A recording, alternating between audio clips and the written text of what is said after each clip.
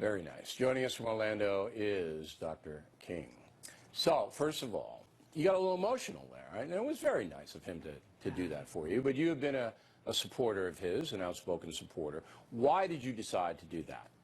Well, Bill, you know I'm a Fox News contributor and director of civil rights for the unborn. And so I am on television a lot, and I believe the president has been watching.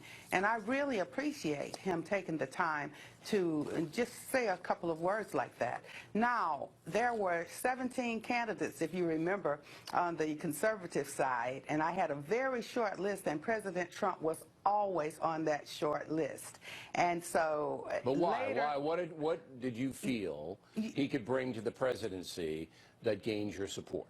You know, the very first thing that he said was certainly when he says, I'm pro-life, we'll defund Planned Parenthood. That grabbed me. Then when he said, people in America need to work, we'll bring the jobs back. That will help every American, including African Americans. African Americans want to work, have good education, peace, and security, just like every American. The American dream is still alive. So when he said that, that got my attention, and also the Supreme Court justice. It was just that simple for me. Okay.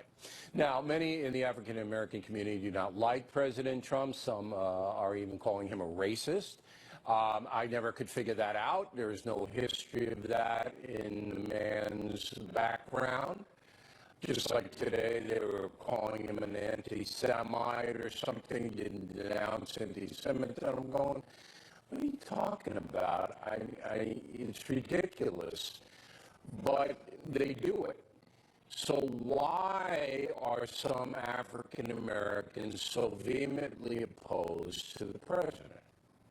Well, you know, there's an ongoing social media conversation, and sometimes on mainstream media, between my cousin Bernice King, who voted for Hillary Clinton, Mrs. Clinton, and I voted for President Trump, you see.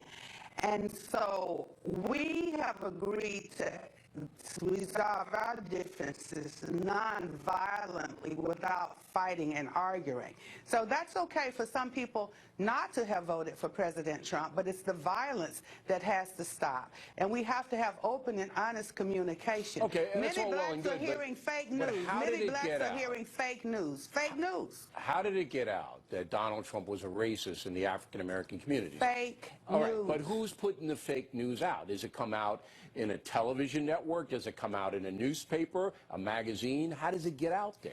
It's out on social media a lot, and we are seeing a lot of that. And just accusing him of being a racist without doing real homework, real investigation. For instance, Al Sharpton and Jesse Jackson complimented Donald Trump several years ago, said his plans were great for the urban community. And then all of a sudden you hear all this, he's racist, he hates black people, and that just really is not the truth. You know, he and Dr. Ben Carson, interestingly enough, and Dr. Carson has accepted that HUD position, during the campaign, it was tough, it was gritty, but they came together, a meeting of the minds, he and Senator Tim Scott. There are the National Trump Coalition, Diversity Coalition. There are many African Americans in that coalition.